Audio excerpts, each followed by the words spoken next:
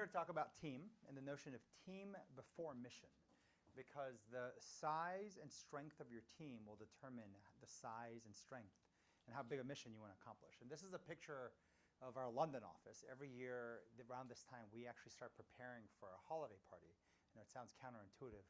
We moved our holiday party from December to end of February. We found that nobody runs holiday parties in February. So as a startup, you can do whatever the hell you want, right? And so we're celebrating Christmas in February. And what we found was everything is half the price, and nobody has anything on the calendar. And one of our annual things we do in our holiday party, where we bring in London, Boston, San Francisco, and New York, is every office gets 8 weeks of budget to hire choreographers, and we compete in a dance battle, 3 2-minute dances per office. And so this is London and their team, and they did, of course, a London dance. But talking of team, one of the biggest questions as a company or building a company is this notion of when do you hire a consultant, an employee, a partner, as a founder, or an advisor? And knowing when and who to use at what instance is going to make a big difference. So actually, no, I'm not going to use this thing as jumping. But first and foremost, this is a formula. We have a big partnership with the Pentagon, and they gave us this formula that I love. Performance equals potential minus impediments. Think of potential as jumping in a car and stepping on the gas, all the strengths. But if your foot is on the brake, which is your impediments, no matter how hard you step on the gas, you will not move. And learning how to lift your foot off the brakes, learning about failures and mistakes and how to avoid them is a huge part of winning often. And this notion that experience, perspective, wisdom, and even why I mentor here, Conrad and Shahab, while we all mentor, is that we can't go back in time and redo our past. I just can't. I mean, the mistakes I made starting the company, Next Jump, and all the things that happened, and the dot-com bust, I can't go back and change it. But we can share it. And that is why we mentor, because we don't want you to make the same mistakes we made. It's actually one of the few traits human beings have. We can pass knowledge forward, which no other species can. And so the reason for mentoring is there, but from my side also, I am long capital, as in money, but I'm very short in time. Founders Institute allows me to mentor and scale, which is a big reason why I love mentoring through this. So I'm going to take you through some of 3 probably of the more simple, or not simple, but common mistakes that happen when building a company and actually building teams. But then we'll go into depth in the very last one, which is around when do you hire employees, consultants, advisors, or founders. So first and foremost, this is a slide I love to start with, which is I don't know how long you plan to be an entrepreneur. Some of you are thinking, I'm going to give this a try for a year, right? Sometimes you say 6 months, 90 days. Some say, no, I'll give it 2 years, right? I don't know how long you plan to, but a lot of you will plan like this. I don't have an idea, right? So I'm going to come up with an idea, and if the idea works, I make money. Whether you sell it, right, so some acquisition, or you go public, or else I'm going to go back and pivot my idea, retry again until it works. This is kind of the logic of going into building a startup for most people. So I don't know if you've ever been to Vegas or Atlantic City or any casino that has a roulette machine. And you're all usually fairly smart by the time you're sitting here being an entrepreneur. The odds of winning on roulette is 1 in 38. Okay? So 1 in 38, which means imagine going to Vegas, taking $100,000. And the reason I picked this number is because usually the salary you will forego to now invest all your time in startup is actually an opportunity cost of earning $100,000 a year. You're going to take that and imagine going and picking one single number and making a bet. And I don't mean because you're billionaires where you won Powerball or whatever it is. Simply now the way you are. Picture going in $100,000 in cash or chips, boom, one number. You're going to make that bet. 1 in 38. I think you'd be crazy, right? The odds, 1 in 38. Well, there's several different debates out there how many startups get created globally in a year in the field of technology. Numbers reach as high as 1 million. It's definitely in the hundreds of thousands. And every year when you look, there's approximately 500 exits in technology. So there's 100,000 to 1 million being created every year and around 500 exits, of which more than half the exits the founders made zero. They were exits that just recovered some money for investors. So the odds of actually making money building a startup is anywhere from 1 in 200 to 1 in 2,000. So if you plan to do this to make money, I think you should go to Vegas instead, because mathematically the odds are far better. And what I'm telling you is this notion of be prepared to play the long game. As a startup founder, one of the single biggest mistakes that I've made and all founders make is to play the short game. And if you ever play the short game in life, this is what it looks like. So I went and searched, what does one night stand look like? And I want you to look at this guy's face, because if you've ever built a company, I'm telling you, and I promise you, they'll be lying if they don't tell you, they made some mistake, said something that made them have this face. Because the short game decisions we make as entrepreneurs, as founders, right, you guys can attest to this, I have made so many mistakes that deserve this face. So plan to play the long game, because short games look like this. Second thing, just quick tip here. So if you haven't read this book, Ben Horowitz wrote actually a great book of The Hard Thing About Hard Things. Basically, creating a company is very, very hard. And he talks about this piece of advice he got from his old boss, the former head of Netscape. We take care of the people, the products, and the profits in that order. However, taking care of people is the most difficult by far. I bolded most difficult and by far. Now, most people will read this paragraph and just kind of breeze by it. Yep, whatever, right? Yeah, makes sense. Formula of people, products, profits. But you don't see the emphasis of what's most difficult and by far. And one of the most common mistakes that will happen as a founder is what I call the toddler mistake. At the very beginning, when you're kind of maybe at this stage, you're in this I know nothing phase. You're a beginner, right? So when you look at the lines, the green represents how much more I realize I need to know. Yellow represents how much I think I know. And the blue is actually what I know. So at the very beginning, you're all converging the same place. And I love this diagram, right? But then this is the most dangerous phase, the hazard phase. I think I'm an expert now. I'm telling you before you know it, you'll be at meetups and you'll be talking like an expert. And what happens is the yellow line of how much I think I know is what skyrockets up. I've been reading TechCrunch every night. I've been, talking to other entrepreneurs. You know how many meetups I've gone to? How much I know about building a company? Very high. What you actually know is very low, and how much you think you need to learn is actually very low as well. And this is the most dangerous and hazardous stage of a company, or as a leader, as a founder. The expert stage is when you start to realize, oh my God, I know nothing. How much I actually know is here. How much more I realize I need to know is way up there. And how much I think I know starts to converge close to the blue and yellow. Recognize this is when the best decisions happen, at this later stage. Because the hazard state is the most dangerous. So just recognize what a toddler you are now. And you might experience this in life, right? As a baby, you know nothing. Wait till you become a teenager. Oh my God, you know everything, right? Everything, how to parent, how to invest, how to do everything in the world works. Later on, the older you get, you start to realize how little you know. And that's what happens in building companies too. Team before mission, like I said, the stronger the team, right, is going to be a bigger mission. And you're seeing things actually happen in trending phases. Sometimes strong teams, having tremendous turnover and whatnot, is trending towards becoming weaker, which means the mission likewise will have to also downgrade. Or teams that are getting stronger, you can upgrade your mission. Very, very important. This is probably one of the worst things that happens. Desperation. Desperation, it leads to weak teams. Because when you're desperate, you get erosion of team and you get erosion of mission. And these things happen so rapidly sometimes, you wake up one day, you're like, how the hell did this happen?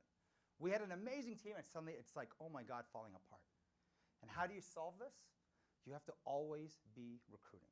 Always. It's like going to the gym. You need to do it consistently. Whether it's employees, consultants, advisors, partners, or co-founders, everywhere you go, you are thinking, maybe for me, maybe a match. Always be recruiting. I'm not saying you're always hiring, but if your funnel on top is wide, you will not be desperate. When you feel like the only person I have to help me build my product is this one engineer I met in my life, I can tell you where you're going to end up. Extremely desperate and very, very bad company usually. So always be recruiting. So I'm going to spend the most time on this topic though. And it's a topic of who, when. Meaning who is who? Do I hire a consultant? Do I hire an employee? Is this person an advisor? Do I bring them on in salary? Are they a partner? And this is a very difficult question to understand, so we'll try to walk you through some of what I've learned over the years. Just really quick on myself and NextJump, we call this the hell and back story because we kind of went through a lot. I started the company in 1994. For some of you, I'm assuming you were born by then, but I was in college. I had a high school sweetheart, and I couldn't pay for my phone bills, and that's why I started the company, to keep my high school relationship alive.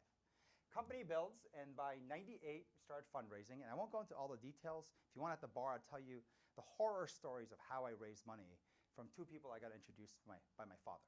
It's horror stories though, right? And then I go through, build the company up to 150 employees. In 2002, January, the dot-com bust, it goes down to 4 people. Me and 3 other people, Kevin, who runs our London office, Megan, who's here as the co-head and now the president of the company with me, and then Tom Fuller, who's our head of engineering. We still work together, but it got down to 4 people, and it was bad. I had 9 months of unpaid rent. I had 6 eviction notices. I woke up every day for 60 days bleeding through my nose. Stress shows up in different ways. Some days I actually bled in both nostrils. I would walk around the office with tissue stuffed up my nose, just thinking, you know what, I'm not dying, it's okay. It's amazing what a human being can survive through. But we fought through that, became profitable, bought our biggest competitor in the space, and back in this state, before we went into stealth mode, which is fascinating, we had 100 companies going after exactly what we do today. Building e-commerce stores behind corporate firewalls. Where basically the most shopping occurs in e-commerce is actually between the hours of 10 a.m. and 2 p.m. It's the hours I work. And back then, that's where broadband access existed, college or corporate. But even today, with mobile and all, the prime time of e-commerce, traffic, and shopping is right smack in the middle of work time. They're all doing it at work. And so 100 companies went after the space. We're going to build the pipes and the gateway into this marketplace by partnering with HR departments and companies. And 99 went out of business. After over $1 billion in venture capital, which today sounds tiny, back in 99, 2000, that was a huge number. All of it got pretty much lost, and we were the sole surviving company. The biggest competitor, a company called Abilizer, went through $110 million. We bought them for so cheap, we outbid the founders by $25,000. It's crazy if you think about what happened. Board member came to us in 2002 and said, Charlie, I have this kind of interesting, wacky idea. Why don't you go in stealth mode? Anything where investors have lost $1 billion in 99 companies is like radioactive. They're not going to touch it if you never let them know a business exists here. So we went into stealth mode basically until 2010. And that's what led to some of these articles about a company you've never heard of. We paid PR firms to keep us out of the press. If you ever search NextJump, you won't find anything really before 2010, which is, by the way, bizarre given the data trails in today's world, just what we paid to make happen. Then we grew, and I can't tell you how many other nightmares we went through. 2008, as we invested a ton in college recruiting. In fact, we recruited and invested so much in recruiting engineers. We went to MIT, Cornell, Carnegie Mellon, Georgia Tech. We put tons of investments in building relationships with the schools and started to invest and build a pretty large engineering force, around 80 engineers in 2008, before the financial crash even occurred. In one day, we fired 40 of them, 50% of our engineers in one day. We found out that we hired incredibly bright people, but they lacked humility, and there's a big lesson in that we learned the hard way. But the bigger lesson I had to learn also was firing incorrectly. These were individuals who never had a blemish on their record, and they went to war against NextJump. These are people who had 5.0 GPAs in MIT. They have a different scale just to mess up the system a little bit. And they went to war. Even now, 7 years, almost 8 years later, some of them still show up to our college recruiting events telling people, do not work for these guys.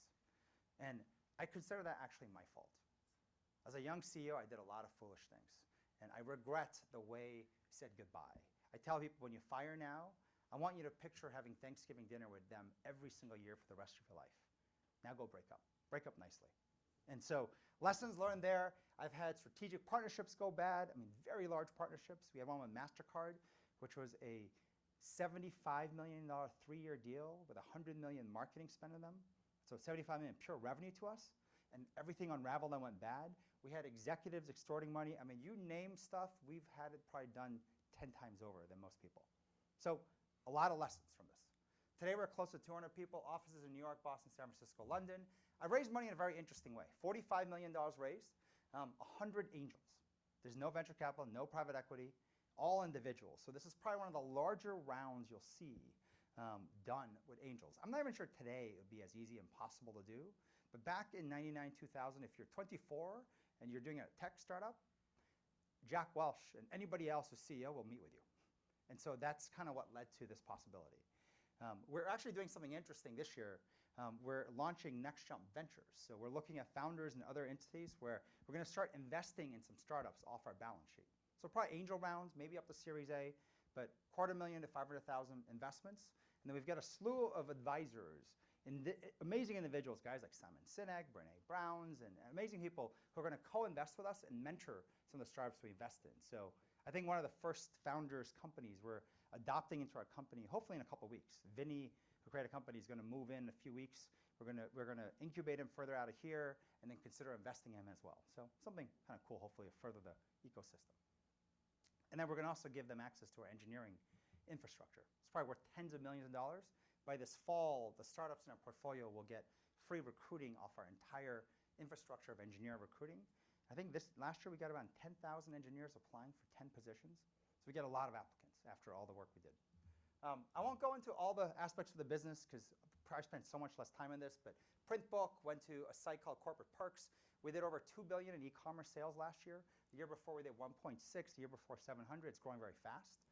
We're moving everything into a platform that's beyond e-commerce sales. It's moving into every aspect of perks. And saving money as an employee of Morgan Stanley is just one of the perks. So learning perks and giving perks and every aspect. So that's kind of this upgrade that's coming. So coming back to the point I want to talk about, which is 5 lessons all around this topic of consultant, employee, partner, advisor, why consultants fail, employees fail, advisors fail, founder relationships fail, and then of course this hardest thing for entrepreneurs, what advice do you take and what advice do you not take? You're going to hear so many conflicting points of view. And so I'll just share with you some of my thoughts on this and try to fly through this. So this is a slide that I think probably best represents this. You might know this guy here, Roshan, right? So oftentimes as a startup, as a founder, you're going through experiences you've never experienced before. Right? It's just what's going to happen. And what usually helps navigate that is to have a parallel world that you can compare to. And one of the best parallel worlds to building a company is to think about parenting. And although some of you are not parents yet, you obviously had parents. So you have to think about what that was like. Because now, in this case, this is you, right? Head of household and parenting. You have a partner, right, who's helping you run the family. You have children, right, or kids. You have specialists you may bring in, whether it's certain doctors, whether it's a real estate broker, whatever you need. And then you have parents who are providing wisdom from experience and perspective and what they've been through. Running a company, building a company is very, very similar. You're going to find a partner who will help you just like a co-parent, co-pilot this relationship and this whole entity you're building. You're going to find consultants who you're going to hire on a specialist basis. You're going to find advisors who will provide perspective, wisdom from their experience, and then you're going to have employees. And I'll take you through and why I highlighted the oranges of all of them. This is going to be the hardest to get right and probably the most important. But done wrong, the most lethal. Like Shahab said, top reason why companies fail. So consultant or employee. I had a fascinating discussion just a couple of weeks ago with a team of executives out of an 8,000-person company, talking about how they don't hire college students. They hire people with experience for specific traits they need, Rolodexes with context they want, and was explaining to us kind of that they hire so differently. And I talked to them about this thing. I don't know if you've ever heard of this book. Carol Dweck is one of the most well-known psychologists around introducing the notion of a fixed or growth mindset. Now, when you read this, the fixed mindset is basically someone who believes they're born the way they are and they can't change. Right? So you say the character of me, I am who I am, I can't change. And everything that happens out there, you're a victim. I was born this way. I can't do that. I can't run a company. I was born to be, a real estate broker. I can't do this.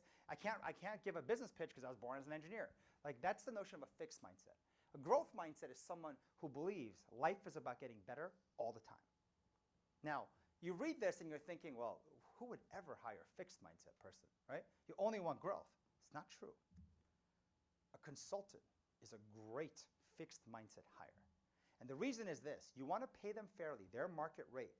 And you need to extract out the experience and knowledge they have in a specific thing. You need their Rolodex. Pay them for it fairly.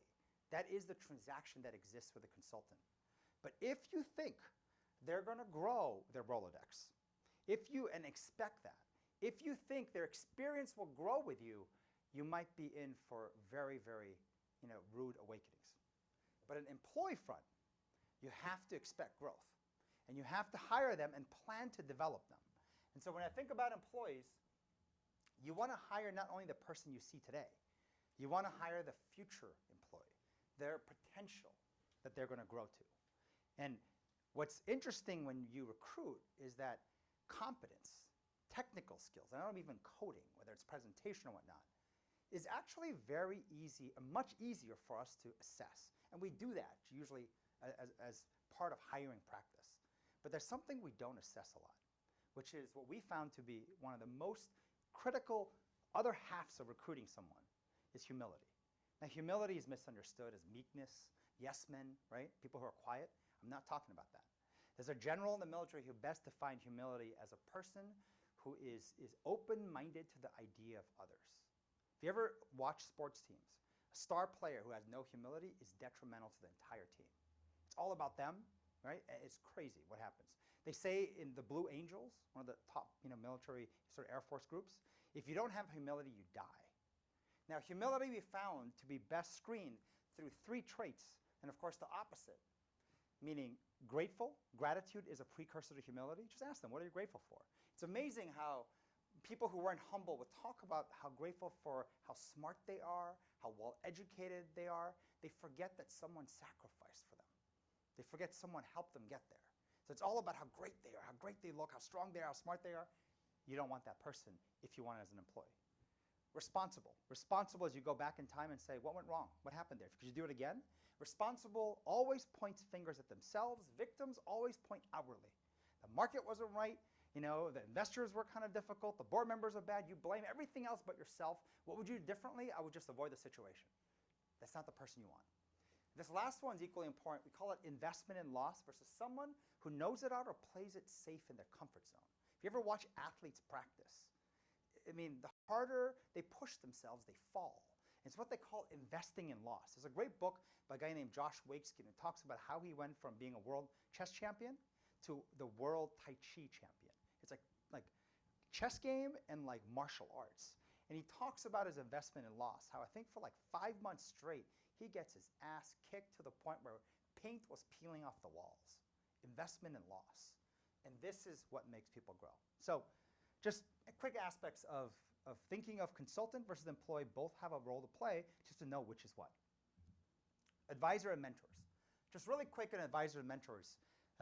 This is something that I thought was very, very apropos. Founders whose hunger is matched by their humility.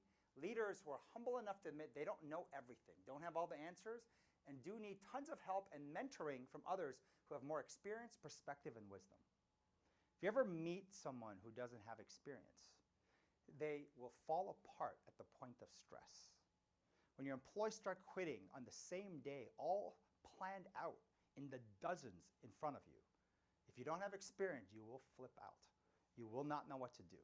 People who have been through it know exactly what to do. Whether it's with investors backing out the last minute, you thought everything was done, you already went and spent some of the money you thought was coming in your bank account, and then in the very end they pulled out. Like, experience matters, and getting the combination can be incredibly effective. So advisors can be very helpful, but I'll tell you how to be a great mentee, and of course how to be a bad mentee if you really want to be that, but you probably wouldn't. You want to build trust with an advisor or mentor. To build trust, this is some of the things that you need. You need to be vulnerable. You need to be humble. You need to be grateful. You need to follow through. I can't tell you how many mentees don't do this well. Instead, they're very guarded. They start off with, I can't tell you this. This is IP. I need you to sign an NDA. This is too secret. I don't want to talk about it. So you say very little. You're very arrogant. How's it going? Oh, fantastic. Oh my God. Beating my chest. Everything is going well. Through the roof. PR is calling us left and right. Investors calling us. I think we're going to double in size. Everything is fantastic. And then as soon as you meet the mentor, the first question is around trying to get them to write a check or make an introduction to someone on the Rolodex. And then when it comes to follow-up, you never hear from them until they need something. These are very, very common mistakes. And it sounds simple when you put it like this. I'm telling you, I can't tell you how many mentees I've had, and I would say 99% fall in this bucket, unfortunately. Founder and partner. So this is probably some of the more critical lessons. So I'll cover 3 here. The first reason why relationships fail is that you're growing at different rates. One founder is growing like hell, and the other one eventually stagnates. There's a great professor from Harvard, Bob Keegan, who said the single biggest cause of burnout isn't actually overwork. It's not too much work, too much hours. It's actually not growing. Because growth looks like this. Burnout looks like this. And you don't think about it. But when time goes by and one founder is stagnated and one is growing, you're going to find tremendous conflicts occurring. If you know this, by the way, up front, you plan and invest in making sure growth is occurring in all fronts. Otherwise, even mismanaged or mismatched growth can create all kinds of founder issues. Second lesson, this is step 1 of 2, because 2 is action, experimenting, practice, but awareness. Do they know who they are? Do you know who you are? And you think you do, because this notion that leadership is an inside-out job is less about what you know, it's about who you are. You can teach almost anyone the skills to code, to present. I can't tell you everything that's a skill you can teach, but this is something, if they don't know who they are, it becomes very, very difficult. Now, there's many ways to go, and the word usually that comes to mind here is authenticity. How authentic are they, right? Authenticity is something that most of us as grown-ups, we get really bad at. As a child, right? Even at 3, 4, 5, your parents will tell you, no. If you don't want to share, just say it. Don't share. At some point, usually around 6, 7, even if you don't want to share, you have to share. Hold your feelings in. Before you know it, we're trained for a decade, 2 decades, 3 decades to lie, to not share our feelings. So we spent a lot of time in this, and this is almost too much to go into, but authenticity is the foundation, and we found ways to train this. The fastest way to figure out how to be more authentic is watch this video. Megan co-heads this company with me, 18 years now. This is the best 28 minutes you will spend in your life building a company, finding a founder. 28-minute talk. She called it Recovering 2/3 of your week, but the more appropriate title would be The Lying, Hiding, and Faking Problem. We do it as grown-ups, and lying is twice as hard as telling the truth. And when people are lying, they are 1/3 of the productivity of what they could be. They're 70% worse than what they could be. So you need to find founders and yourself to actually be authentic. We've gone as far now to use technology with this guy who invented the heart rate monitor. We can actually read and help take you through who you are through physical tests that literally is just walking. It's like lasers, where it took the optics of a Hubble telescope with lasers of a ski racing company and pointed at the human body. So what can be seen 1 billion light years away, point at the human body. We can tell some of your imbalances, some of your lying, hiding, faking through a walking test. It's fascinating. 5 minutes. If you guys are interested in the culture tour, we can actually give you a sample of it. It's kind of pretty cool stuff.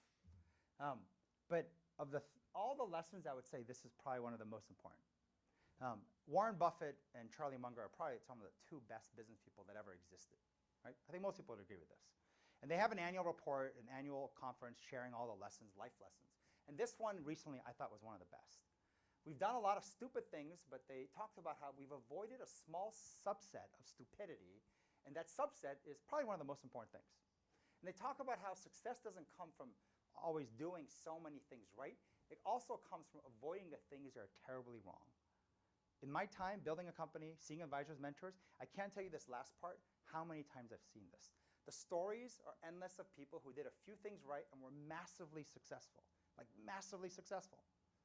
But then they did something stupid and it took them back to 0. Happens all the time.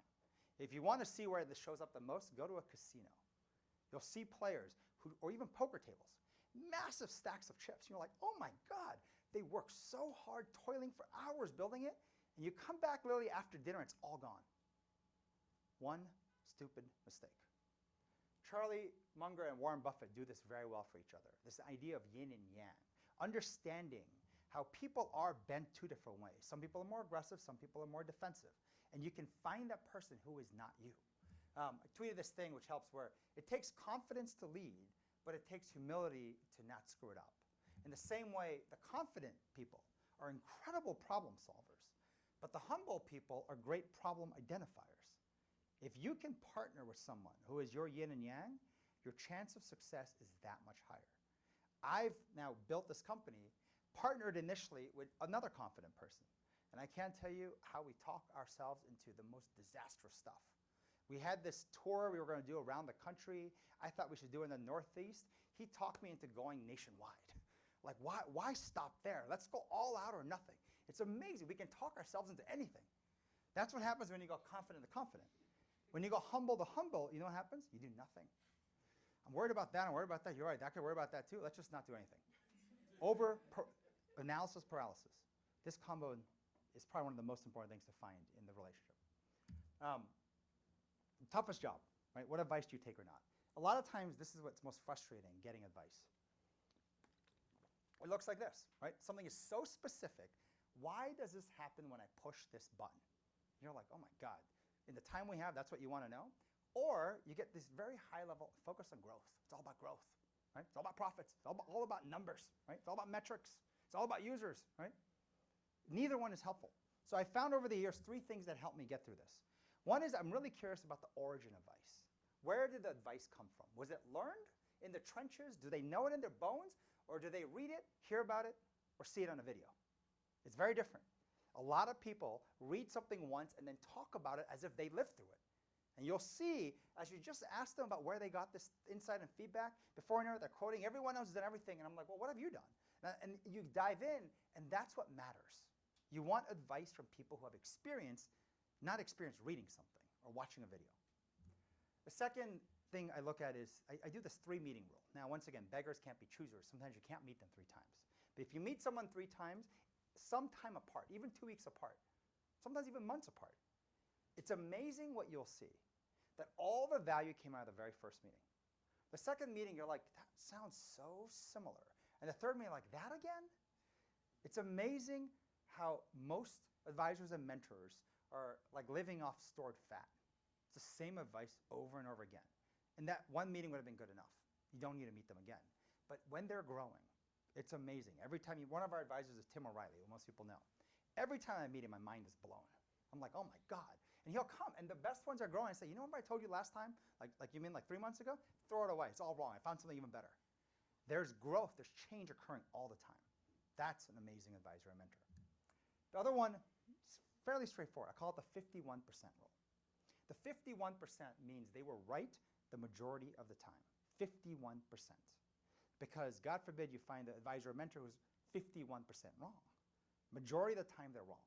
Now, you ideally want more than 51%, but I'm telling you, it's that hard. Advice is that hard that you'll be happy and lucky to get someone who's just right, even 51%. How do you know they're right or wrong? Time. Whatever advice you get, whatever we tell you here, time will tell you the truth. You're like, that was really good advice, so I tried it. It didn't work. And then you get more advice, you tried it, it didn't work. Time will tell you the truth, just like relationships. How do you know you get along? Well, time went by. So now I want to get married. But you know, when you meet day 1, everything looks perfect. Be careful, right? That's a toddler mistake. Time is the patience you need sometimes to figure out who are the best founders, co-founders, advisors, consultants, even everything. This is London winning last year's dance battle. So when you build a good team, which they did better than us, you can win. So, thank you.